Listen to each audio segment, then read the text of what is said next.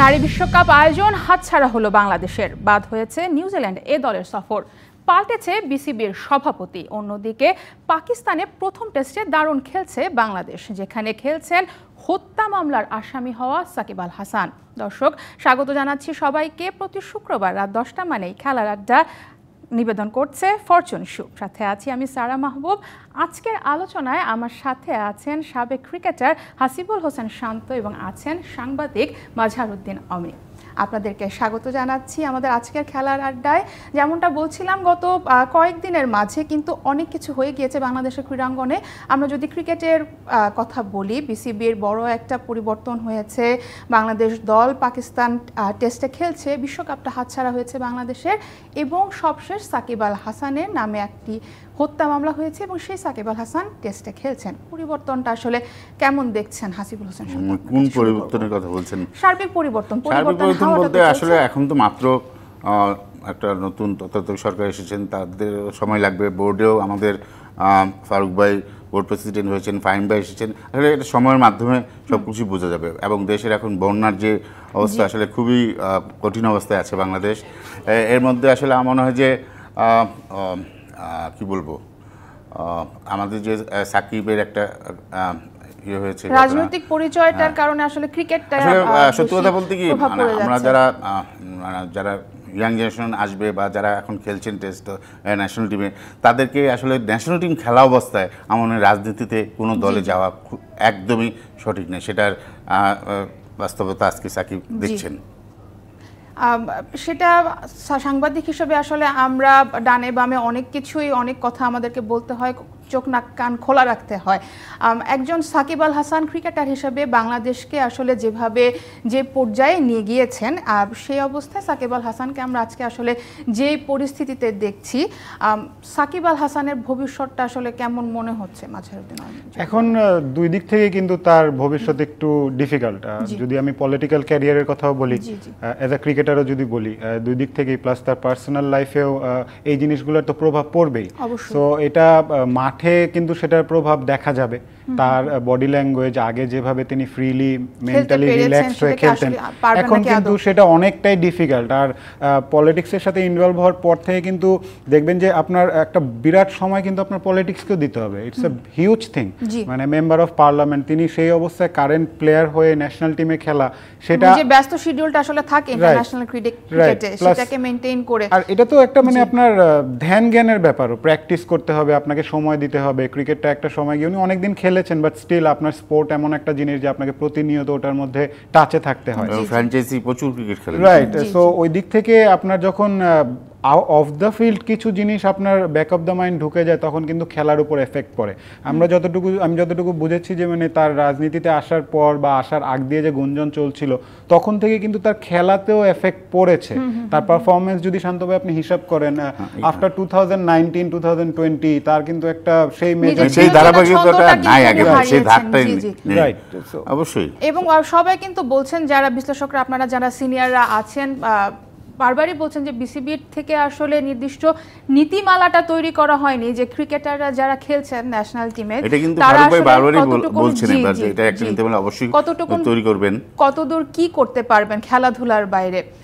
আমার দৃঢ় বিশ্বাস, ফারুক ভাই যেখানে আছেন, অবশ্যই উনি বোর্ড প্রেসিডেন্ট এখন বর্তমানে, উনি এই জায়গাটায় অবশ্যই একটা রুলস রেগুলেশন অবশ্যই উনি করবেন। এটা আমার মনে হয় এটা এবং খুবই দরকার বাংলাদেশ ন্যাশনাল টিমের জন্য, যারা খেলার মধ্যেখানে যেগুলি অনেক ধরনের যেটা দেখা যায় যে অ্যাডে চলে যায় বা খেলতে চায় না, বা দেশের বাইরে থেকে এসে ডাইরেক্ট খেলতে চায়, তো এইগুলার একটা রুলস অ্যান্ড রেগুলেশন অবশ্যই এটা আমাদের বোর্ড প্রেসিডেন্ট ফারুক ভাই অবশ্যই এটার একটা নীতি নির্ধারণ করবেন। একদমই, আমাদের তাই আশা থাকবে। আমরা একটু যদি পাকিস্তান টেস্টের কথাও বলি, আজকে তৃতীয় দিন শেষ হলো পাকিস্তান টেস্টের। রাওয়ালপিন্ডিতে বাংলাদেশের ব্যাটিং লাইন আপটা আমরা যেমনটা দেখেছিলাম, দীর্ঘদিন ধরে বাংলাদেশের ব্যাটাররা স্কোর করতে পারছিলেন না, ব্যাটাররা ভালো খেলছেন না, এটা নিয়ে অনেক দিন ধরে আসলে কথা হচ্ছে। কিন্তু আজকের এই টেস্টটাতে কিন্তু আমি বলবো বাংলাদেশ ভালো খেলেছে এবং ভালো খেলছে। শান্ত ভাই, আপনার জায়গা থেকে শুরু করব। ইনিংসটা আসলে বড় করতে পারছে না, কিংবা ছোট ইনিংস করে আউট হয়ে যাচ্ছেন, এই হ্যাবিটটা কি আমাদের পরবর্তীতে আরো ভোগাবে কিনা? না, এই হ্যাবিটটা তো মানে অবশ্যই ভোগায়। যদি আমি মানে টেস্টে কি আপনি যদি পাকিস্তানে যদি দেখেন, একটা পার্টনারশিপ কিন্তু মানে দুটো পার্টনারশিপে কিন্তু অনেক রান দিয়েছে আমাদের। হ্যাঁ, পার্টনারশিপ হয়েছে কিন্তু বড় হয়নি। মমিন 50 করে আউট হয়ে গিয়েছেন, সাদনা অনেক 93 করে, তারপরে সাকিব এসে ওনার 15 রান করে, শান্ত 16 রান করে। তো লিটন আজকে চমৎকার ব্যাটিং করেছেন, মনে হচ্ছে যে মানে ওনার পুরো রিদমে আছেন। এই জিনিসটা আসলে এখন কন্টিনিউ করার ব্যাপার, যে ধারাবাহিকতাটা সেটা এখন বুঝাবে। কালকে সকালে ফ্রেশ দিন, বলাররাও ফ্রেশ থাকবেন, সেই জায়গায় মনে হয় মুশফিক এবং লিটনকে একটু প্ল্যান করে খেলতে হবে। যদি তাদের দুজনের মধ্যে একজন যদি একটু বড় রান করে, বড় রান বলতে আমি বলছি সেঞ্চুরি পরে আরও কিছু ক্যারি করে নিয়ে যেতে হবে, দুজনের মধ্যে একজন যদি রান করেন তাহলে মনে হয় আমরা লিডও নিতে পারি। বাট প্রথম আমার কাছে মনে হয় যে প্রথম আওয়ারটা খুবই দেখে শুনে চিন্তা করে খেলতে হবে। বিকজ আপনি যদি দেখেন আমাদের কিন্তু ব্যাটিংয়ে যখন ওপেনিং আমরা কিন্তু প্রথম 10 ওভারের মতো মানে 10 রান করেছি ওপেনিং পার্টনারশিপ, ওটা কিন্তু আমাদের অনেক প্লাস পয়েন্ট করেছি। যে ধরনের উইকেট, সেই উইকেটে কিন্তু ব্যাটসম্যানরা যদি খেলতে চান অবশ্যই রান করা সম্ভব। তো আমার মনে হয় যে সকালে প্রথম আওয়ারটা একটু যদি তারা ধৈর্য ধরে খেলতে পারেন সেট হয়ে যান, তাহলে আমি মনে করি যে লিড নিয়ে আমরা যেতে পারবো। ওকে, অমি ভাই আপনার কাছেও প্রশ্ন থাকবে, একই প্রশ্ন থাকবে ব্যাটারদের ক্ষেত্রে। আসলে পাকিস্তানের বিপক্ষে বাংলাদেশ এখনো কোনো টেস্টে জিততে পারেনি। রাওয়ালপিন্ডি টেস্টে কি আমরা তেমন একটা কিছু দেখতে পারবো কি না? আমি অফ স্ক্রিনে কিন্তু আপনাকে বলছিলাম যে এই টেস্টটা একটা খুবই এক্সাইটিং ফিনিশের দিকে যাবে। 50% চান্স আছে ম্যাচটা ড্র হওয়ার, 25% চান্স আছে বাংলাদেশে জেতার, 25% পাকিস্তানে জেতার। সো এখন 2 দিন বাকি আছে, বাংলাদেশের 120 সামথিং আমরা পিছিয়ে আছি, রাইট, আমরা পিছিয়ে আছি। সো বাংলাদেশের ফার্স্ট কাজটা হবে যে কালকে 2টা সেশন ব্যাট করা, তাহলে সেক্ষেত্রে হবে যে বাংলাদেশ অলরেডি লিডটাও নিয়ে নিবে, এবং পরবর্তীতে যদি 70-80 রানেরও একটা লিড নিতে পারে বাংলাদেশ, পাকিস্তান কিন্তু প্রেসারে পড়ে যাবে। অবশ্যই, বাট যেটা বললাম যে মুশফিক এবং লিটনের থেকে একজনকে যদি একজন রান করতে হবে, মানে আপনি এরপর মিরাজের কাছে আপনি সবসময় আশা করতে পারবেন না উনি বড় রান, এটা লাস্ট রেকগনাইজ প্লেয়ার বলা চলে। একজন যদি বড় রান করেন তাহলে অবশ্যই আমরা লিড নিতে পারবো। এবং আমরা ফার্স্ট ইনিংসে যে বোলিংয়ে ভুলটা করেছি, সেকেন্ড ইনিংসে সেই ভুলটা যদি না করি তাহলে ওদেরকে আরেকটা অ্যাডভান্টেজ হচ্ছে যে আমাদের দলে কিন্তু স্পেশালি স্পিনার 2 জন রয়েছে। পাকিস্তান কিন্তু এটা ভুগেছে শান্ত ভাই, তাদের 4 জন ফাস্ট বোলার, বাট ওই একটা স্পিনারের অভাবটা কিন্তু তারা আজকে ভুগেছে, এবং সেই জায়গাতেই বাংলাদেশ কিন্তু কিছু এক্সট্রা রান করতে পেরেছে। তাদের যে অপশনাল বোলারগুলো ছিল তাদের কিন্তু চার্জ করেছিল। সো লিটনও দেখবেন দিনের শেষের দিকে গিয়ে কিছু রান দ্রুত করার চেষ্টা করেছে, সুন্দর ব্যাট করেছেন আজকে। কিন্তু লিটনের অ্যাপ্রোচ বিহাইন্ড দ্য স্টাম্পসও যেমন ছিল, আজকে ব্যাটিং এর সময়ও তার যে মানে ইচ্ছাটা যে একটা ভালো কিছু করার, তার বডি ল্যাঙ্গুয়েজে দেখা গিয়েছে। কিন্তু লিটন দাসকে মানে এমন বডি ল্যাঙ্গুয়েজে মাঠে দেখা যাচ্ছে, লিটন কিন্তু এরকমই খেলে। সো এই জিনিসটা হচ্ছে যে একটা ইনিংস খেললে হবে না, এই জিনিসটাকে মানে কন্টিনিউ করে নিয়ে যেতে হবে। তো আমার মনে হয় যে আমরা কেন লিটনের কাছে এত বেশি আশা করি, কারণ আমরা দেখেছি আসলে লিটন দাস কিভাবে খেলতে পারে, এত সুন্দর। তার জন্য আমরা ওর কাছে আশা যে ও লম্বা সময় মানে ফর্মে থাকবে, রান করবে, রান মানে রান কম করবে, এরকম কয়েকটা ইনিংস যাবে, বাট ওর কাছে আমরা আশা করি যে একটার পর একটা রান করে যাবে। সো আমার মনে হয় যে লিটনের এই স্টার্টিংটা যাতে ও ধরে রাখতে পারে, অবশ্যই সেটা বাংলাদেশ টিমের জন্য ভালো হবে। রাইট, আজকে বাংলাদেশ 320 অড রান করেছে। আউটফিল্ড কিন্তু একটু ভেজা ছিল বা স্লো ছিল দেখে কিন্তু আমাদের স্কোরবোর্ডে আলটিমেটলি রানটা কম দেখাচ্ছে। যদি শান্ত ভাই আউটফিল্ড ফার্স্ট ইনিংসে তো আরো বেশি রান হওয়ার কথা ছিল। সো এদিক থেকে আরেকটু যদি বাংলাদেশ সময়টাও কিল করতে পারে এট দ্য সেম টাইম, শুধু রান না সময়েরও খেলা, কারণ বাংলাদেশকে 4th ইনিংসে আবার ব্যাটও করতে হবে, এটাও মাথায় রাখতে হবে। তো যত বেশি লিড নিতে পারবে সময়টা ক্ষেপণ করে, ধরেন সাপোজ কালকে লাস্ট সেশনে যদি বাই চান্স পাকিস্তানকে ব্যাটিংয়ে পাঠায়, বাংলাদেশ যদি একটা 100 বা 80 রানের লিডে থাকে, পাকিস্তানের প্রথম টার্গেট তো থাকবে ওই 80টা রান করে পার করা। They will be under some pressure. এই ক্ষেত্রে সেকেন্ড ইনিংসে বাংলাদেশের যদি বোলারদের কথা বলি, বোলারদের জন্য এই ক্ষেত্রে কি প্ল্যানিংটা হতে পারে যেটার জন্য আসলে পাকিস্তানকে চেক দেওয়াটা ইজি হবে? বোলারদের ক্ষেত্রে আসলে যে ধরনের উইকেট নতুন বলেই বেশি আসলে আমাদের চান্স নিতে পারে, এবং আমরা যে লাইন এবং লেন্থে প্রথমে বল করেছিলাম, প্রথম দিনের বোলিংটা কিন্তু ভালো। প্রথম দিকে আপনি যদি দেখেন, আপনি যদি আব্দুর ওপেনিং ব্যাটসম্যানের যে মাহমুদুল্লাহ যে উইকেটটা পেয়েছেন, এবং আপনি বাবর আজমের উইকেটটা যদি দেখেন, নট এ গুড বল আমি বলবো। হাসান মাহমুদের বলটা জি অনেক বাইরে ছিল, ভালো ক্যাচ ধরেছে, লিটন ভালো ক্যাচ ধরেছে। সো আমার মনে হয় যে আমাদের যে মমিন, তারপরে অনিক এবং জাকির যেভাবে বোল্ড হয়েছে, যে বলটাতে ওরা বোল্ড হয়েছে শান্ত, তো ওই জায়গায় বলের সংখ্যা বাড়াতে হবে, মানে তারা যাতে ড্রাইভে আসে, তারা যাতে মিস করে বল।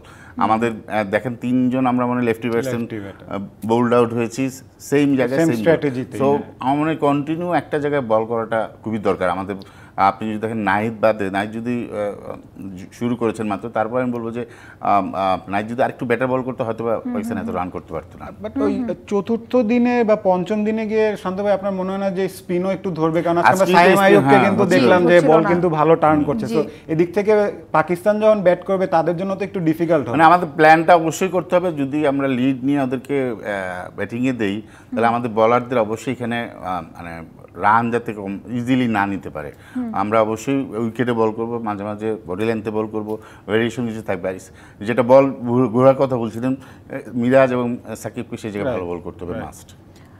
অবশ্যই ঘুরে ফিরে আসলে আবারও সাকিব আল হাসানের কথাই চলে আসে। বিসিবির পরিবর্তনটা নিয়েও যদি আরেকটু বলি, সাবেক একজন ক্রিকেটার, আপনি একদম অভ্যন্তরীণ ভেতর বাইরে খুব ভালোভাবে জানা বিসিবির কিভাবে ক্রিকেটারদের গড়ে ওঠা কিংবা ঘরোয়া জায়গা থেকে কোন কোন জায়গাগুলোতে একটু কমতি আছে যেটা আমাদেরকে আসলে ভোগাচ্ছে। সেই ক্ষেত্রে আসলে বাংলাদেশের নতুন যে বিসিবিতেও নতুন যে সভাপতি এসেছেন এবং নতুন একটা আমি বলবো যে ধারা হয়তো বা তৈরি হতে যাচ্ছে, ঘরোয়া ক্রিকেটের ক্ষেত্রে এই জায়গাটাতে কতটুকুন কাজ করার আছে?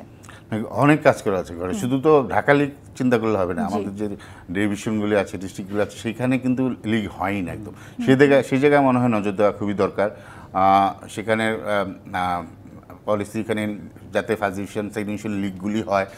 ঢাকায় তো আপনার থার্ড ডিভিশনে যেটা একটা আমি শুনেছি 5 লাখ টাকা দিয়ে একটা টিম কোয়ালিফাই করতে। তো এই জায়গায় যদি আপনি 5 লাখ টাকা দিয়ে কোয়ালিফাই টিমে ঢুকতে, সেটা আসলে অনেক নতুন নতুন প্লেয়াররা আসতে পারে না। একটা টিম যখন, মানে আমাদের ক্ষেত্রেই হয়েছে যে আমরা যখন খেলেছি পাড়ার টিম, দেখা যাচ্ছে যে বড় ভাই, হ্যাঁ এরকম কিন্তু এখনো এই পলিসি কিন্তু আমাদের আছে আমাদের দেশে। তো সেই ক্ষেত্রে দেখা যায় অনেক টিমের প্লেয়াররা মানে ওই কোয়ালিফাইং রাউন্ডে খেলতে পারে না কারণে অনেক প্লেয়ার মানে প্রতিভাবান প্লেয়ারের আমরা খোঁজ পাইনি। তো এইগুলো অবশ্যই পরিবর্তন দরকার এবং শুধু যে পরিবর্তনগুলো হবে না, যাতে কম্পিটিশন হয় খেলা, সেদিকেও নজর দিতে হবে। আমার বিশেষ মানে যে ঢাকার বাইরে যে লিগগুলো আগে যেমন সিলেটে হতো, চিটাগাংয়ে হতো, খুলনায় হতো, ওই জায়গাগুলি লিগগুলি মানে ঘরোয়া ক্রিকেটের কথা যদি বলেন তাহলে ওই জায়গাগুলি লিগগুলিও দিকে নজর দিতে হবে। আর সাথে আমাদের তো NCL আছে, BCL আছে, সেই জায়গাগুলি আমাদের তো চিন্তা করতে হবে। আমাদের ক্যালেন্ডারে কিন্তু যদি দেখেন আমাদের কিন্তু মানে সময় খুব কম থাকে, BPL থাকে, প্রিমিয়ার লিগ থাকে, তো ওর মধ্যেই কিন্তু আমাদেরকে কাজ করতে হবে। তো আমার মনে হয় যে ওনারা তো কাজ করবেন, সাথে কিন্তু প্লেয়ারদেরও এখানে অনেক দায়িত্ব আছে। তাদেরও অনেক কিছু যারা ফিউচারে আসবেন বা যারা ট্যালেন্টেড প্লেয়ার, তাদের নিজেদের যত্ন নেওয়া, তাদের ডিসিপ্লিন কিছু জিনিসপত্র আছে, সেগুলোও তাদেরকে আমার মনে হয় যে নজর দেওয়া উচিত। শুধু তো বোর্ড করে দিলে হবে না, প্লেয়ারদেরও কিছু কাজ করতে হবে, নিজস্ব সেগুলো করতে হবে আমাদের, মানে প্লেয়ারদেরও চেঞ্জ হতে হবে। একদমই তাই। অমি ভাই ক্রিকেটার হিসেবে শান্ত ভাই অনেক কিছু বলছিলেন, আসলে ভেতরকার কথাটা কিভাবে কি করলে উন্নতিটা হওয়া সম্ভব। সাংবাদিক হিসেবে আপনার কাছে আমার প্রশ্ন থাকবে, এটা কি আসলে আদৌ সম্ভব হবে? আমরা যতটুকু দেখছি যেভাবে চলছে, আপনি যদি ঢালাওভাবে চেষ্টা করেন কেন না। আমার ফার্স্ট অফ অল হচ্ছে যে আপনার ডিসেন্ট্রালাইজ করতে হবে, যেটা শান্ত ভাই বলছিলেন যে অন্যান্য ডিস্ট্রিক্টগুলোতে এইখানে আপনার কম্পিটিশনটা প্রত্যেক ডিভিশন ওয়াইজ ওইখানে কম্পিটিশন করে একটা প্লেয়ার যখন জেলা ভিত্তিক খেলে, যখন ডিভিশনে খেলবে, তার কাছে যাতে একটা ন্যাশনাল লিগের ম্যাচ, যাতে একটা টেস্ট ম্যাচের মতো মূল্য থাকে, তখন গিয়ে কিন্তু কম্পিটিশনটা হবে। আমাদের এখন হয় কি যে NCL এর টিমগুলোও মোটামুটি সিলেক্টররা কিছুটা চুজ করে দেন, সো প্লেয়ারের সংখ্যা এমনিতেই কমে আসে এবং সেই যে পারফর্ম করে যে দলে ঢোকার ব্যাপারটা সেটা কমে যায় কিন্তু। আর একটা প্লেয়ার একটা সিজনে ভালো করলেই খুব রিওয়ার্ড হয়ে যায়, পরবর্তীতে ওই প্লেয়ারটা আবার 1-2 সিজন খারাপ করলে বলা হয় যে তাকে চলে না, তো এর প্লেয়ারের ক্যারিয়ারের জন্যও ভালো না। সো এই বিভিন্ন জায়গায় রিজিওনাল ক্রিকেট অ্যাসোসিয়েশন ডেভেলপ করাটা খুবই ইম্পর্টেন্ট, যেটা একটা টেস্ট প্লেইং নেশনে না থাকাটা এত বছর পরও এটা একটা আক্ষেপের জায়গা, যে কারণে প্লেয়ার পুল নিয়ে আমরা কথা বলি, আমরা স্টেডিয়ামের স্বল্পতার কথা বলি, কারণ অন্যান্য ডিভিশনে সেই কম্পিটিশনটাই নাই যে স্টেডিয়ামগুলোতে গিয়ে ম্যাচ হবে। সো এই জায়গাটাতে আপনার দলীয়করণের বাইরে গিয়ে জিনিসটাকে একটা মানে সিস্টেমের মধ্যে আনতে হবে। যখন প্লেয়াররা নিজেরা সচ্ছল হবে, ক্রিকেট খেলে বা ছোটবেলা থেকেই যখন একটা সচ্ছলতার ব্যাপার দেখবে যে না একটা ফাইট আছে, একটা কম্পিটিশন আছে, একটা ফেয়ারনেস আছে, তখন গিয়ে কিন্তু আরো ফ্যামিলি বলবে, গার্জেনরা বলবে যে যাও তুমি ক্রিকেট মানে আরেকটু বেশি উৎসাহ তারা পাবেন। ক্রিকেটটা খুবই আনসার্টেন খেলা তো, একদমই তাই। এবং যারা হচ্ছে জাতীয় দলে যারা সুযোগ পাচ্ছেন কিংবা যাদেরকে দেখা গিয়েছে আমরা অতীতে যারা পারফর্ম করতে পারছেন না তাদেরকে বারবার সুযোগ দেওয়া হচ্ছে, এই জায়গাটা কি পরিবর্তন কত দূর করা সম্ভব বলে মনে হয়? এখানে আমি একটা দেখেছি যে সাদমান ইসলামের কথাই ধরেন, প্রায় 2 বছর পরে কিন্তু তিনি কামব্যাক করেছেন, কিন্তু রাডারে কিন্তু ছিলেন ওপেনার হিসাবে টেস্ট ক্রিকেটে তিনি কিন্তু সবসময় একজন সিলেক্টেড একজন প্লেয়ার ছিলেন যে ভালো একটা রিপ্লেসমেন্ট, যার কারণে ওপেনিং স্পটে কিন্তু আমাদের একটা কম্পিটিশন আছে টেস্ট ক্রিকেটে যদি আমি বলি। বাট অন্য জায়গায় অন্যান্য প্লেয়ার লিটন দাস বলেন বা অন্যান্য যারা আছে তাদের পিছনে কিন্তু ওইটা নাই, ব্যাকআপটা নাই। তো আমরা প্রতিবার যাই যে মন্দের ভালো খুঁজতে যাই, কেউ একজন খারাপ করলো এর আগে কে ছিল ওকে নিয়ে আসো দলে, আর আমরা খালি দলে চাই এই স্লোগানটা দিই আমরা সবসময়। এটা কিন্তু মেরিটে না, আক্ষেপে ও নাই কেন তাহলে ও কেন, ও নাই কেন, বাট পারফরম্যান্স স্পিক করতে হবে, কথাটা বলতে হবে পারফরম্যান্স, যেটা আমরা বিভিন্ন কান্ট্রিতে দেখি যে মানে 1 2 3 এরকম পারফরম্যান্স ওয়াইজ হচ্ছে গিয়ে পজিশন ওয়াইজ প্লেয়ার ওদের ব্যাকআপ থাকে। দেখবেন এবার কিন্তু অস্ট্রেলিয়া গিয়েছে একটা টিম, পাকিস্তানি খেলছে, এই জিনিসটা যাতে কন্টিনিউ থাকে, মানে হাই পারফরম্যান্স টিম, এ টিম, ন্যাশনাল টিমে কিছু প্লেয়ারও দেখা যায় যে ওখানে যাচ্ছেন এবং নিজেদের তো আমার মনে হয় যে এই খেলাগুলি যাতে সবসময় কন্টিনিউ থাকে, তাহলে আপনি ন্যাশনাল টিমে যখন একজন বাদ করে আরেকজন আসবে, ওখান থেকেই তো আসবে, মানে এ টিম মানে কি যারা নেক্সট ন্যাশনাল টিমে খেলবে সেই প্লেয়ারগুলি সেখানে খেলছে, তো তারা যদি খেলার মধ্যে থাকে তখন আসলে এসে ন্যাশনাল টিমে খেলাটা ইজি হয়। আপনি হঠাৎ করে যদি মানে খেলছেন গৌরব ক্রিকেটে ভালো খেলছেন থেকে হঠাৎ একটা ডাক আসলো, তখন আপনি যে আবার ইন্টারন্যাশনাল ম্যাচ খেলছেন, ইন্টারন্যাশনাল ম্যাচ এত সহজ না।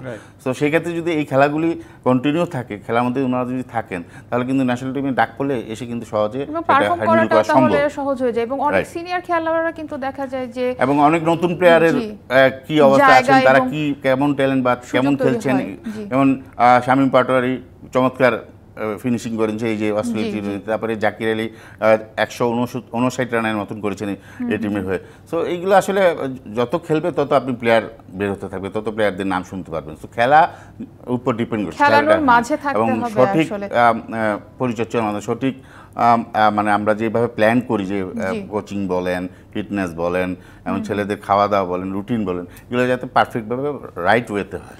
একদমই তাই। একটা বিরতি নিব প্রিয় দর্শক, ফরচুন শু খেলার আড্ডায় নিচ্ছি একটা বিরতি, ফিরবো কিছুক্ষণ পরে, সাথেই থাকুন। সবাইকে স্বাগত আরেকবার জানাচ্ছি ফরচুন শু নিবেদিত খেলার আড্ডায়। আজকের আড্ডায় স্টুডিওতে আমার সাথে আছেন বাংলাদেশ দলের সাবেক ক্রিকেটার হাসিবুল হোসেন শান্ত এবং সাংবাদিক আওয়ার ভেরি ওন মাজহারউদ্দিন অমি, এবং আপনাদের সাথে আমি আছি সারা মাহবুব।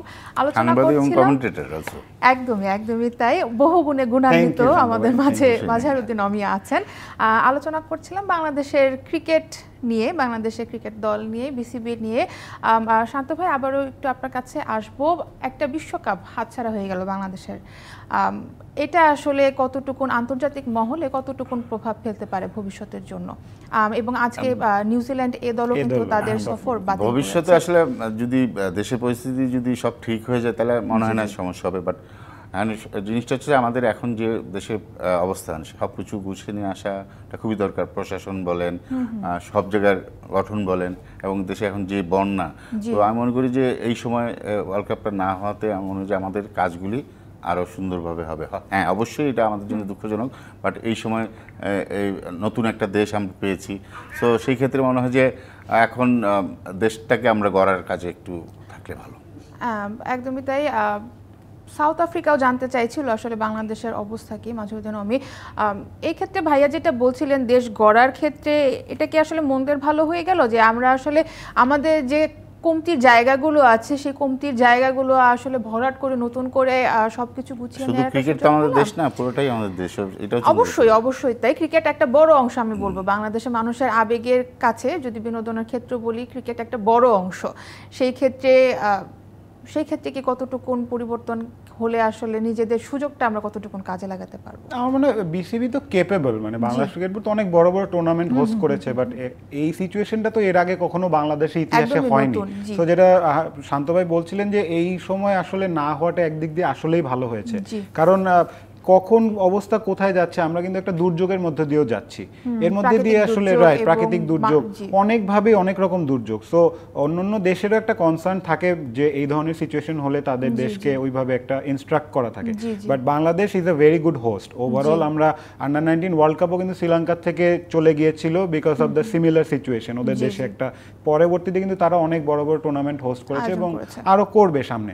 বাংলাদেশের এখান থেকে একটা শিক্ষা হবে যে আমি যদি বলি পলিটিক্যাল শিক্ষাটাও খুব বড় শিক্ষা, যে ক্রিকেট বোর্ডে আপনি পলিটিক্যালি লোকজনকে ওইভাবে আপনি যদি দায়িত্ব না দিয়ে যদি শুধু এটাকে একটা ভালো অর্গানাইজেশন হিসেবে মেরিট অনুযায়ী মানুষ যায়, তাহলে এরকম সিচুয়েশনেও ক্রিকেট বোর্ড এফেক্টেড হবে না। একদমই তাই। সো ওই জায়গাটাতেই কিন্তু আমাদের কিন্তু শুধু দেশের পলিটিক্যাল সিচুয়েশনের জন্য না, আমাদের বোর্ডেরও সিচুয়েশন কিন্তু খুব একটা ভালো ছিল না। আইসিসির কাছে রিপোর্ট ছিল যে আমাদের বোর্ডে কি সরকারি হস্তক্ষেপ হবে কি হবে না, বা বোর্ডের যে একটা মোমেন্ট গিয়েছে কিন্তু সো ওই টাইমে যে পরিবর্তনগুলো হচ্ছে তারাও বাইরে থেকে অবজার্ভ করছিল। সো তাদেরকে যে একজন কথা দিবে যে আমরা এই টুর্নামেন্টটাকে খুব ভালো মতো হোস্ট করব, আশ্বাস দেওয়ার ব্যাপারটা, সেই জায়গাটায় আইসিসি একটু দোটানায় ছিল।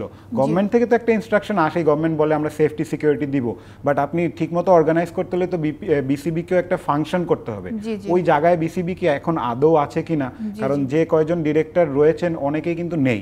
তো ওই জায়গাগুলোও ফিল আপ করার ব্যাপার থাকে।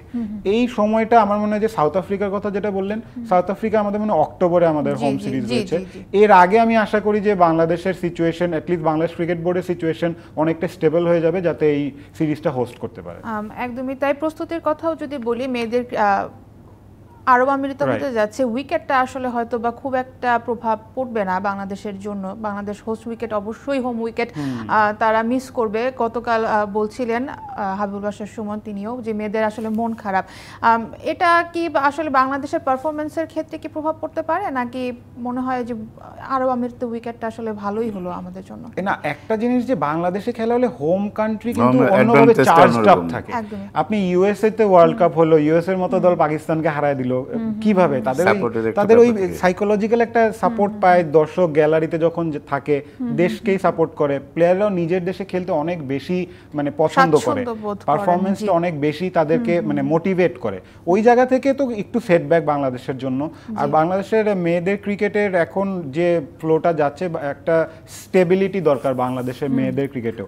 আপস এন্ড ডাউনস গ্রাফটা কিন্তু কোনো সিরিজ আমরা ভালো করি, কোনোটাতে খারাপ করি। ওই জায়গা থেকে যদি দেশে টুর্নামেন্টটা হতো, বাংলাদেশের ভালো করার চান্সেস আর একটু বেশি থাকতো।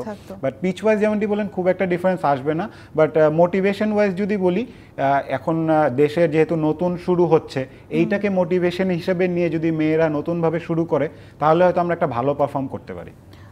একদমই তাই। শান্ত ভাই, বাংলাদেশের আমরা যেটা বলছিলাম ক্রিকেটের মেয়েদের এবং ছেলেদের পারফরমেন্সের ক্ষেত্রে অনেক বেশি দেখা যায় যে আপস ডাউনসগুলো হয় বেশি। এটা কি আসলে সেন্ট্রালি হচ্ছে কি ডিসিশন মেকিংয়ের জায়গা থেকে কি হয় বেশি, নাকি হচ্ছে গিয়ে ওই যে আমরা ফলো আপ করি না, প্লেয়াররা আসলে যেমন খেলছেন তাদের খেলাটা যেন ধরে রাখতে না পারেন, এটা কি প্লেয়ারদের উপর বেশি প্রভাব, প্লেয়ারদের দিক থেকে এটার কমতিটা, নাকি হচ্ছে আমাদের দেখভালের জায়গাটা? সংগঠনেরও এখানে দরকার, প্লেয়ারদেরও খেলার সংখ্যা বাড়ে। যেমন মেয়েদের কিন্তু লিগ হয় তো হয় না, লঙ্গাবাসন ক্রিকেট হয়তো হয় না, কোনো সিওরিটি থাকে না। ওদের প্রতি আরও গুরুত্ব বাড়াতে হবে, যাতে মেয়েরা আরও আগ্রহ বাড়ে খেলার জন্যে। সেটার জন্য আমাদেরকে যেভাবে মানে ডিস্ট্রিক্ট ডিভিশনে খেলার সংখ্যা বাড়াতে হবে মেয়েদের। তো আমার মনে হয় যে মেয়েরা কিন্তু অনেক ভালো তাড়াতাড়ি করেন। সো আমার মনে হয় যে এই জায়গাটায় একটু দুর্ভাগ্যজনক হলেও তাদেরকে নজর কম দেওয়া হয়েছে। তো মনে হয় তাদের প্রতি নজর আরও বাড়াতে হবে, তাদের খেলার সংখ্যা বাড়াতে হবে। এছাড়া আসলে তারপরে ভালো কোচেস আনতে হবে আমার মনে হয় এই জায়গাটায়। সেক্ষেত্রে অবশ্যই মেয়েরাও অনেক ট্যালেন্টেড মেয়েরা আছেন, তারাও সুযোগ পাবে। সো খেলার সংখ্যাটার উপর ডিপেন্ড করছে প্লেয়ার আসার বিষয়টা। আমি ইনফ্যাক্ট মেয়েদেরকে ছেলেদের থেকে আগায় রাখি। মেয়েরা কিন্তু যা অ্যাচিভ করেছে কিন্তু তাদের যোগ্যতা বলে কিন্তু ওটা আদায় করে নিয়েছে। মানে তাদের পারফরম্যান্স দিয়ে কিন্তু বোর্ডকে বাধ্য করেছে, কিন্তু অনেক কিছু দেয়া হয়েছে, আরো ফ্যাসিলিটি দেওয়া দরকার, আরো মানে যে মানে একটা ন্যাশনাল টিমের প্লেয়ার হিসেবে যেমন ইন্ডিয়া কি মেয়েরাও যেমন ছেলেদের বেতন ওরকম মেয়েদের বেতনও দেখা যাচ্ছে সমান। সেই ক্ষেত্রে আমার মনে হয় যে তাদেরকে ওই আর্থিক অবস্থা দিক থেকেও তাদেরকে আরো বেশি সাপোর্ট দেওয়া উচিত। একদমই তাই। কোচের কথা বলছিলেন শান্ত ভাই, বাংলাদেশের হেড কোচ যিনি আছেন ছেলেদের ক্রিকেট দলে চান্ডিকা হাথুরুসিংহে, ওনাকে পরিবর্তনের কথা নিয়েও আসলে কথা হচ্ছে। যদি সার্বিকভাবে বলেন আউট অফ দ্য বক্স, তাহলে কি মানে চান্ডিকা হাথুরুসিংহেকে বাংলাদেশ ক্রিকেটের থাকাটা কতটুকু মঙ্গলজনক হবে এখনের পর্যায়ে? কারণ মঙ্গলজনক তো হবেই না, কারণ আপনি দেখেন উনি আসার পর থেকে কিন্তু টিমের মধ্যে একটা গ্যাঞ্জাম বলবো। তাহলে কি কিছুটা আগে চলে গেলে কি বাংলাদেশের জন্য ভালো হয়, নাকি কিছুটা পরে? না, আগে পরে ওনাকে মানে সিস্টেম যেভাবে বলে ওইভাবে মানে ওখান থেকে সরাতে হবে, সরিয়ে এবং ডিসিশন নিতে হবে আমরা কোন কোচকে আনবো, যে কোচকে আনলে আমাদের দেশের জন্য ভালো হবে। এখন সেটা সিদ্ধান্ত অবশ্যই এখানে অনেক বড় বড় ইয়েরা আছেন, আকরাম ভাই আছেন, সুজন আছেন, ফাহিম ভাই আছেন, কারণ ফারুক ভাই তো বোর্ড প্রেসিডেন্ট, ওনাদের ডিসিশনটা নিতে হবে যে আমি কোন কোচকে আনবো এবং লম্বা সময়ের জন্য ওই কন্ট্রাক্টটা করতে হবে। 6 মাস বা 1 বছরের জন্য এরকম করলে হবে না, এবং পুরো স্বাধীনতা দিতে হবে তাকে, উনি যাতে প্লেয়ার সঠিক কোচিংয়ের ক্ষেত্রে, সিলেকশনের ক্ষেত্রে যাতে সিলেক্টর যারা আছেন তারা যাতে এই স্বাধীনতাটা পায়। যে যেমন হাথুরুসিংহে কি আমি যেহেতু শুনেছি যে উনি সব কিছু উনি করতে, সিলেকশনের ক্ষেত্রে উনি ওনারও থাকবে। তো সেই ক্ষেত্রে আমার মনে হয় যে ওই কন্ডিশনের মধ্যে আনতে হবে যে কোচিংয়ের ক্ষেত্রে ইয়ে করবে। হ্যাঁ, উনি বলবেন এই প্লেয়ারটাকে নিলে ভালো, ওনার যেটা থাকবে, চয়েস থাকবে সেটা বলতে পারবে, বাট সিলেক্টরদের ওই স্বাধীনতা দিতে হবে তারা যাতে তাদের সিলেকশনটা সঠিকভাবে করতে পারেন। আচ্ছা, আমার আরেকটা বিরতি দেওয়ার সময় হয়ে গেছে, প্রশ্নটা আমি বিরতির পরে আপনাকে করছি। মাঝার অমি, ফরচুন শো খেলার আড্ডায়। প্রিয় দর্শক, আরেকটা বিরতি নিব, ফিরছি কিছুক্ষণ পর, সাথেই থাকুন। Welcome back to Fortune show presents খেলার আড্ডায়। আড্ডা হচ্ছিল আমাদের প্রিয় সাবেক ক্রিকেটার হাসিবুল হোসেন শান্ত এবং সাংবাদিক মাঝার উদ্দিন অমির সাথে। অমি ভাই, আপনার সাথে চান্ডিকা হাথুরুসিংহকে নিয়ে আসলে কথা হচ্ছিল বিরতির সময়ে।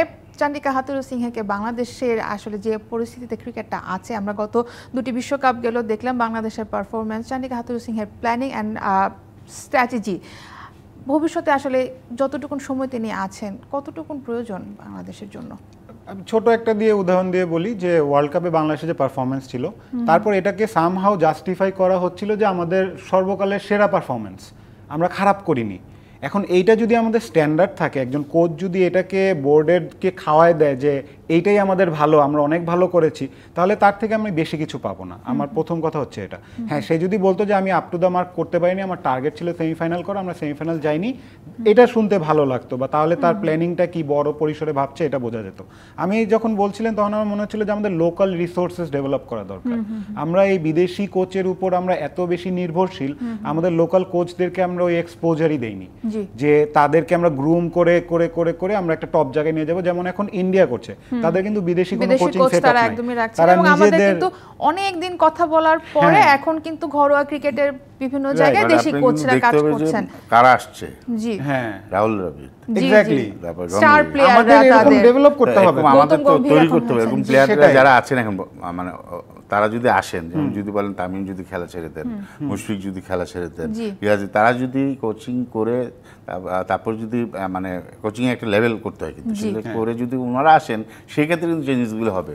বাট আপনি ইন্টারন্যাশনাল লেভেলের অভিজ্ঞতা আমি বলবো যে বাংলাদেশের যারা বাংলাদেশি কোচ যারা আছেন তাদের একটু হলেও না। এখান থেকে আমি ধরুন আপনাদের কথাই ধরতেছি, আপনাদের ব্যাচ বা আপনাদের পরে আরো 2-3টা ব্যাচ যারা এক্স ক্রিকেটার রয়েছেন, তাদেরকে কি ওই সুযোগটা করে দেওয়া হয়েছে যে লোকালি কোচিং করে একটা ভালো জায়গায় সম্মানিতে থেকে তারা ওইটাকে মানে নিজে থেকে কোন করবে? এ টিমে তো কোচ হতে পারে আমাদের লোকাল, হ্যাঁ এইটাই করতে হবে আমাদের। এজ হতে পারে আন্ডার 19 আমরা শ্রীলঙ্কা থেকে একজনকে নিয়ে এসে আমাদের আন্ডার 19 এর কোচ বানাই, তাহলে গ্রুম করব কিভাবে? এখন কথা হচ্ছে যে আমরা তো মানে আমাদেরকেও শিখতে হবে যে আমরা তো মানে দেখা যায় যে যখন বাইরে থেকে কোচেসগুলো আনছি তাদের কথা বেশি মাথায় নিচ্ছি, আদারওয়াইজ দেখা যাচ্ছে লোকাল কোচদের আমরা বায়াস করে ফেলি অনেক সময় প্লেয়াররা। মানসিকতাটা আসলে দুই দিক থেকে কিছুটা পরিবর্তন করতে হবে। তারপরে যেমন ট্রেনার এখন রিচার্ড 2020-এ যাবার যে চ্যাম্পিয়ন হয়েছে আন্ডার-19 টিম, তো রিচার্ড ট্রেনার ছিলেন। তো ফিটনেসের ক্ষেত্রে কিন্তু এরকম মানে মানে সলিড ফিটনেস ট্রেনার আনতে হবে যারা কাজ করাতে পারবে এবং টিমের জন্য ভালো হবে। আমার মনে হয় যে এরকম ট্রেনার, এরকম ভালো ফিজিও এবং কোচ আন্ডার-19 বিদেশি কোচ আস্তে আস্তে হ্যাঁ এখান থেকে সরতে হবে, আমাদের দেশি কোচরা আসবেন। বাট এখন যে বর্তমান অবস্থা আমরা দেখা যায় যে আমরা বিদেশি কোচের কথা বেশি মনোযোগ দিই, সেক্ষেত্রে আমাদের এর জন্য এই মেন্টালিটিটা আসলে ঠিক করতে হবে। অমি ভাইয়ের কাছে আরেকটা প্রশ্ন আমার আছে। অমি ভাই, আমরা না হয় কোচ চেঞ্জ করলাম, ট্রেনার চেঞ্জ করলাম, এই যে টিমের ভেতরকার খবর যে আমরা বাইরে জেনে যাই বিভিন্ন টুর্নামেন্টের সময় কিংবা আগে বা পরে, এটা আসলে কিভাবে পরিবর্তন হবে? এই ড্রেসিং রুমের ভিতরের খবর যে আমরা আসলে বাইরে বাইরে মানুষের পর্যন্ত চলে আসে, এটা একটা হচ্ছে যে দ্বন্দ্ব তো থাকে, জি, ভিতরে যদি দ্বন্দ্ব থাকে তখন দ্বন্দ্বটাকে এটাকে জাস্টিফাই করার জন্য এই জিনিসটা বের হয়ে যায় যে দেখো ও এটা করেছে, এর মানে আমি ভিকটিম, ও এটা মানে অন্যায় করছে। এইগুলোতেই কিন্তু ড্রেসিং রুমের কথা বের হয়। আমরা যেমনটি জেনেছি যে সাকিব তামিমের যে ইস্যু নিয়ে কথা হয়েছে, এটা তো ওপেন সিক্রেট ছিল। দলের ভেতরে যে মানে দুই ভাইকে খুশি করার জন্য বাকি প্লেয়াররা যে মানে টেনশনে থাকতো, এখন তামিমের সাথে একটা গ্রুপ গেলে সাকিব ভাই আবার মাইন্ড করে বসে কিনা, এই ভয়ে প্লেয়াররা ভয় থাকতো, আবার সাকিব ভাইয়ের সাথে গেলে তামিম ভাইয়ের প্লেয়াররা মাইন্ড করবে কিনা, এই কালচার থেকে তো বের হতে হবে আমাদের। আমরা যে মানে সিনিয়রদেরকে বলি, সিনিয়রদের কাজ হচ্ছে দলকে একসাথে রাখা, আলাদা করা না, তো তাহলে এই সিনিয়র তো আমাদের দরকার নাই। এই জিনিসটা আমাদের মানতে হবে। আর প্লেয়াররা একটা দলের মধ্যে থাকলে সবাই যে ফ্রেন্ড হবে এমন কোনো কথা না, প্রফেশনাল ওয়াইজ সবাই তার তার কাজ করে সরে যাবে। আমরা এক্সপেক্ট করি যে তারা সবাই গলায় গলায় বন্ধু থাকবে, দলের সবাই বন্ধু, বন্ধু না, ইটস এ প্রফেশনাল প্লেস। এই প্রফেশনালিজমটা মেনটেন করতে হবে। এক হচ্ছে যে আপনার কালচারটা সেটা রাখতে হবে, বোর্ডের মধ্যে যে একজন একরকম সুবিধা পেলেও আরেকজনের জন্য ডিফারেন্ট, তাহলে কিন্তু প্লেয়াররাও ভাবে চাইলে ওই ভাইয়ের মতো হই, তাহলে তো আমাকে কেউ কিছু বলবে না, তাহলে ওই ভাইয়ের মতো হইলে আবার ঝামেলা হয়ে যাবে, আমাকে সাসপেন্ড করে দিবে। এই যে দুই রকমের দ্বৈত নীতি, এটা বন্ধ করতে হবে, ফেয়ার সবকিছু রাখতে হবে। ক্রিকেট তো খুবই ট্রান্সপারেন্ট খেলা, আপনি পারফর্ম করবেন আপনি থাকবেন, আপনি পারফর্ম করবেন না আপনি থাকবেন না। এক্স্যাক্টলি পারফরম্যান্সের মাধ্যমে আসলে উত্তরটা দিতে হবে। নতুন যে পরিবর্তিত পরিস্থিতি, সেখানে তামিম ইকবালের ক্রিকেটে ফেরা নিয়ে একটা গুঞ্জন আছে এবং সাকিব আল হাসানকে নিয়ে একটা ক্রিকেটের শঙ্কা আছে আমাদের। এই দুইজনেরকে নিয়ে বাংলাদেশ ক্রিকেট আসলে কতদূর যাবে? আমি যদি এখন বলি অনেকে হয়তো পছন্দ করবে না, বাট আমার মনে হয় যে দুইজনেরই ক্রিকেট থেকে রিটায়ার নেওয়া উচিত।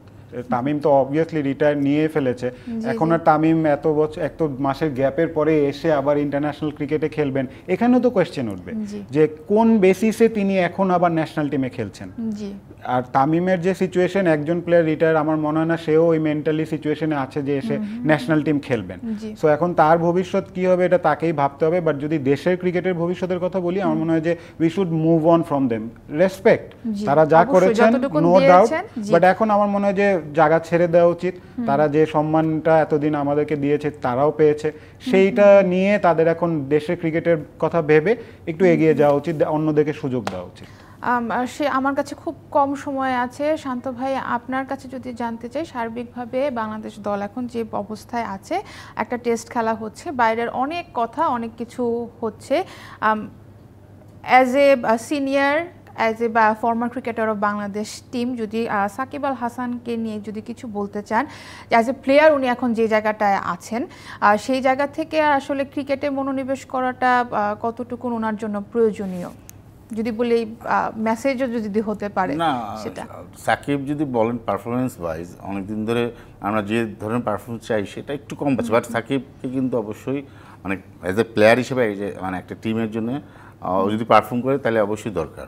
বাট যদি পারফরমেন্স না করেন তাহলে আসলে আমাদের চিন্তা করা উচিত, যেটা ভাই বলতেছিলেন যে আমার হয় যে একটু হলেও চিন্তা করা উচিত যে ওনাদেরকে আস্তে আস্তে বর্তমানে যে পরিস্থিতি হয়েছে, ভুলে গেলে হবে না, সাকিব কিন্তু বাংলাদেশের জন্য অনেক দিয়েছে।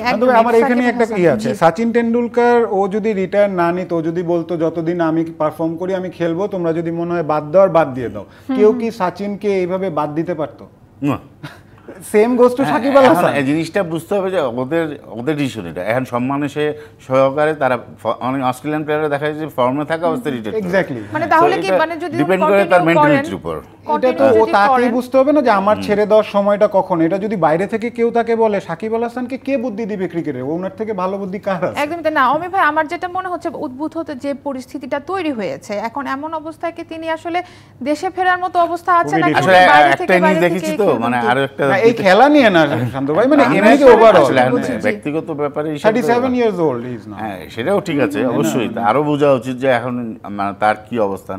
আমরা যে সম্মানের সহ যদি বেরোতে চান এখনই খেলাটা ছেড়ে দেয়। হ্যাঁ, মানে নাহলে দল থেকে বাদ পড়া, তার মতো প্লেয়ারকে বাদ দেওয়াটাও একটা খুবই একটা দুঃখজনক ব্যাপার হবে। না, যদি দলে থাকেন তাহলে কি আসলে দেশে ফিরে খেলাটা তার জন্য সম্ভব হবে নাকি বাইরে থেকে তিনি এইভাবে তো ন্যাশনাল টিমে তো আপনি বাইরে বাইরে থেকে খেলতে পারবেন না, মানে আপনাকে তো দেশে ক্যাম্প করতে হবে, দেশে প্র্যাকটিস করতে হবে, প্লেয়ারদের সাথে মিশতে হবে, দলের খেলা তো এটা। সো ওই জায়গা থেকে এখন তার পার্সোনাল ডিসিশন কি হবে, বাট ডিফিকাল্ট খুব, মানে পলিটিক্যাল সিচুয়েশনও যদি আমরা আসলে মানে দেখতে পারি আফগানিস্তানেও দেখা যায় যে রশিদ খান খেলছেন বিভিন্ন জায়গাায়, উনি বাইরে থাকছেন, ডিফারেন্ট সিচুয়েশন, কারণ আফগানিস্তানের দেশে প্র্যাকটিস করার কোনো সুবিধাই নাই, তারা ইউএই তে প্র্যাকটিস করে, টোটালি পুরো দল সহকারে আসলে তারা ওখানে গিয়ে খেলছেন। আরেকটা যেটা কথা, ছোট্ট একটা কথা নিয়ে আমি শেষ করব, সাকিব আল হাসান, তামিম ইকবালরা, মুশফিকুর রহিমরা যদি বিদায় নেন, শান্ত ভাই, এই গ্যাপটা পূরণ করার জন্য কি বাংলাদেশ ক্রিকেট বোর্ড প্রস্তুত কিনা? আমাকে যদি বলেন অবশ্যই প্রস্তুত। জি, এরকম আপনি এখন কিন্তু খেলছেও, কিন্তু আপনি যদি দেখেন শরীফুল মানে 2020-এ আন্ডার-19 চ্যাম্পিয়ন তৌহিদ হৃদয়, সাকিব, জুনিয়র সাকিব আর কি, শরীফুল, তামিম, আপনার ইরশাদও তার আগে, তারপরে আপনার দীপু আছে, শামীম পাটোয়ারি আছে, সো তারাই তো আসছেন। এবং আমি মনে করি তাদের পরে যারা আছেন তারাও আসছেন সামনে সামনে অবশ্যই আরও ট্যালেন্টেড প্লেয়ার পাবেন, বা তাদের যত্নটা সঠিকভাবে নিতে হবে। একদমই তাই। অমি ভাই, শেষ কথায় আমি জানতে চাইবো, এই যে যেটা বললেন শান্ত ভাই, যে যত্নের ব্যাপারটা, এই ক্ষেত্রে আসলে যে বারবার সুযোগ দেওয়া হচ্ছে, বারবার বাদ পড়ে যাচ্ছেন একজন প্লেয়ারকে আমরা দেখছি, একটা সিরিজ খেলছেন, এশিয়া কাপের মতো একটা সিরিজ খেলছেন, বিশ্বকাপের মতো একটা টুর্নামেন্ট খেলছেন, খেলে আবার তাকে আমরা খুঁজে পাচ্ছি না পরবর্তীতে কোনো টুর্নামেন্টে। এই জায়গার পলিসি মেকিংটাতে বাংলাদেশ ক্রিকেট বোর্ডকে আসলে কতটুকু স্ট্রং হওয়া উচিত ভবিষ্যতের ক্রিকেটারদেরকে আসলে রক্ষা করার জন্য, কারণ আমাদের ফোকাসটা বড় একটা সিনিয়র টিম কিন্তু চলে যাচ্ছে। আপনার লঙ্গার রানে আপনার ভাবতে হবে। আপনারা যদি আমরা করতাম কি, যে মানে শর্ট টার্ম সলিউশনগুলো খুঁজতে থাকতাম, যে এই ওয়ার্ল্ড কাপে কি হবে, এই ওয়ার্ল্ড কাপে কি হবে। এই ওয়ার্ল্ড কাপের জন্য তো আমাদের আরো 3 বছর আগে ভাবার কথা ছিল, যেটা ইন্ডিয়া করেছিল 2011 এর আগ দিয়ে, 2007 থেকে 2011 এর প্ল্যান করেছে। আমি MRF India pace bowling academy আছে, ওরা কিন্তু আগে ইন্ডিয়ায় পেস বোলিং উইক ছিল, 20 বছর আগে থেকে ওরা প্ল্যান করে এটাই। আপনি বীজ বপন করবেন আজকে, রেজাল্ট তো পাবেন আরো 1-2 বছর পরে। আমরা যদি সাথে সাথেই রেজাল্ট পেয়ে যাই, একটা ছেলেকে নিয়ে খেলাইলাম, ভালো খেললো না, বাদ দিয়ে দিলাম, ওই প্লেয়ারের ক্যারিয়ার শেষ হয়ে গেল। এক্স্যাক্টলি। তাহলে তো এটা বড় একটা টুর্নামেন্টে একজন খেলোয়াড় কিভাবে খেলিয়ে তারপরে আবার রাইট। সবচেয়ে বড় প্লাস পয়েন্ট এখন বর্তমানে যে আমাদের মানে ক্রিকেট প্লেয়ার, আমাদের ফারুক ভাই ন্যাশনাল টিমের ক্যাপ্টেন ছিলেন এবং উনি ক্রিকেট খেলেছেন, ওনার সেন্স খুবই ভালো। এরকম জায়গায় যখন ক্রিকেট প্লেয়ার থাকবেন একজন বোর্ড প্রেসিডেন্ট, সেক্ষেত্রে অনেক কিছু চেঞ্জ হবে। খেলাটা জানেন, তো পুরো সিস্টেমটা জানেন কিভাবে ক্রিকেট তৈরি করতে হবে। এবং যদি বলেন সাকিব, তামিম, কিন্তু এই ফারুক ভাই ক্রিকেটটাকে বোর্ডের অন্যান্য কাজের থেকে সেপারেট রাখতে হবে। এর জন্য ডিরেক্টর অফ ক্রিকেট খুবই দরকার। মূল কথা এটাই, রাজনীতির বাইরে থাকুক আমাদের ক্রিকেটাঙ্গন এবং ক্রীড়াঙ্গন আমি বলবো। প্রিয় দর্শক সবাইকে অনেক অনেক ধন্যবাদ সাথে থাকার জন্য। ফরচুন শো খেলার আড্ডায় এ ছিল আজকের মতো। আমি ছিলাম Sara Mahbub. Thank you so much.